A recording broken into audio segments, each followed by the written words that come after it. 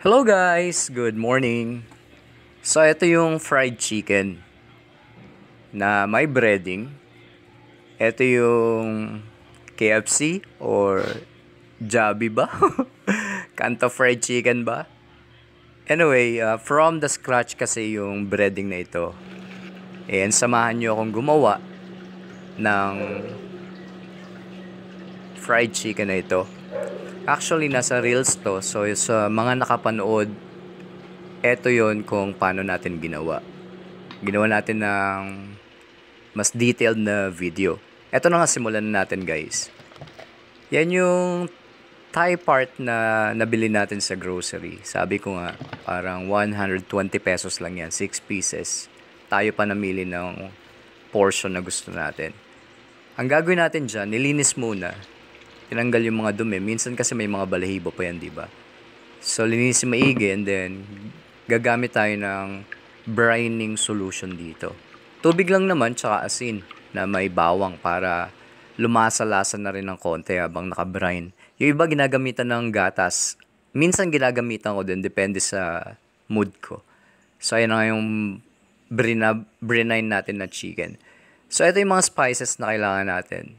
SM bonus lang yung gamit ko iba. So, McCormick baka naman. So, paprika, ano pa ba yung mga yan? Ang daldal ko kasi. Basta paprika, salt and pepper. Kailangan natin ng cornstarch. Nilagyan ko rin yata nung cayenne pepper powder. Ayan, nilagyan ko ng all-purpose flour muna at tapos cornstarch. Yung ratio niya, mas marami, ayun yung cornstarch, di ba? Pag nakikita nyo, mas maputi yung cornstarch kaysa sa all-purpose flour. Basta yung ratio niya, mas marami pa din parate yung all-purpose flour. Parang yung cornstarch kasi, yan yung magpapa-crispy dun sa balat ng manok natin. Meron din pala yung isa pa guys, yung 5 spice. Basta meron sa grocery nun. So, 5 spice. At saka nilagyan ko rin yan ng konting baking powder para tingin ko umaalsa siya ng konti. So, bago iprito yung totoong manok or yung buong manok, para malaman yung lasa, magprito muna kayo ng konti. Kumurot kayo ng konting balat. Tapos, pag okay na sa panlasa nyo or hindi okay sa panlasa nyo, doon ang time na mag-adjust kayo ng mga spices na naayon sa panlasa nyo. Kung kulang sa alat, lagyan ng asin. Kung kulang sa anghang, lagyan ng pepper powder or chili powder. Kung kulang sa parang spice, lagyan nyo nung 5 spice pa, dagdagan nyo.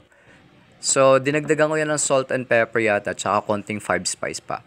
Anyway, yan na yung drain natin na chicken. Pinato yung maigi sa paper towel. And then, eto yung procedure nung paglagay ko ng breading sa manok. Ang ginagawa ko kasi dyan, guys, napanood ko lang naman to dati, way back pa.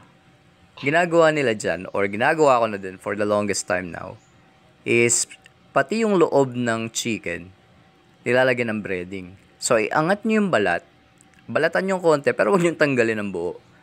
Pasukan nyo lang, or lagyan nyo lang sa loob ng breading. So, i-coat nyo lang ng mabuti, and then, ipagpag natin yung mga sobra-sobrang breading mixture natin. So guys, ayan ya. Gumamit tayo ng from the scratch na breading dito.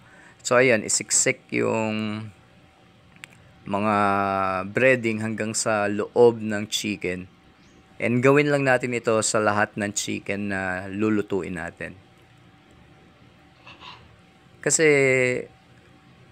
may kwento ko lang. Tignan nyo naman, napakamura. 120 pesos. One bucket of fried chicken. Kanto fried chicken. So, sabi nga nila din guys, nothing beats homemade. Pero syempre, minsan-minsan gusto natin kumain ng paborito natin na fast food. Pero ito, alam natin yung mga nilagay natin dito. Kaya tingin ko mas okay talaga ang homemade. Konting tiyaga lang, meron na kayong 1 bucket na fried chicken. So ayan, pag nagawa nyo na lahat yung breading guys, ready na ito for prito. Nilagyan ko ng asin. Ewan ko ba kung bakit. Paano ba malalaman? Sana pag kumita na ako dito, bibili tayo ng thermometer para dyan sa mga oil na ganyan. Para malaman natin yung temperature niya. So kung hindi kayo nagmamadali guys, huwag niyong pagsabay-sabayin yung manok para makahinga sila ng maluwag at maluto sila ng maganda. So ayan, since deep fried naman siya, ang frying time ko normally 7 minutes lang, up to 9 minutes. At hindi masyadong malakas yung apoy niyan. Nung araw kasi parang natatanda ko, nagtrabaho ako sa Wendy's, no, college pa yata ako doon. Henny Penny yung gamit nilang machine. Ayan guys, tignan niyo muna yung fried chicken natin. Parang 7 minutes lang talaga yung standard nilang cooking time sa fried chicken. So eto, ilagay na natin sa plato yung naluto natin na Kanto fried chicken. And eto na yung exciting part, tikiman na. Tingnan natin yung loob ng fried chicken na ito. Kung juicy ba siya? Kung matigas ba siya? Kung crispy ba siya? Basta tingnan na lang natin guys. Pipino lang ang meron, kaya yan lang yung palamuti ko. At paborito yung pipino. Gumawa din tayo ng gravy. Hindi ko na napakita, masyadong mahaba kasi itong video. But today guys, gagawa ako ng mashed potato. Please abangan nyo.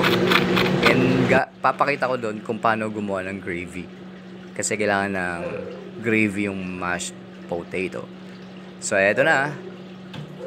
Ang homemade from the scratch breading na fried chicken natin with homemade gravy din. So ito na talaga. Tingnan natin yung loob kung anong itsura.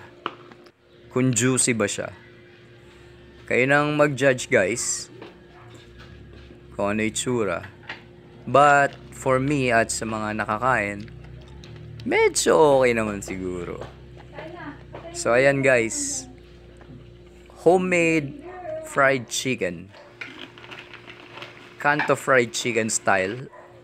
Hindi, actually maraming breading masyado yung mga sa Kanto fried chicken. Ayan guys, naaalala nyo ba pag kumakain kayo sa fast food, ganyan yung itsura oh. Guys, please follow me for more. So today's Friday. I hope you will have a great weekend guys. I hope maganda yung nangyari sa week natin lahat. And thank you so much for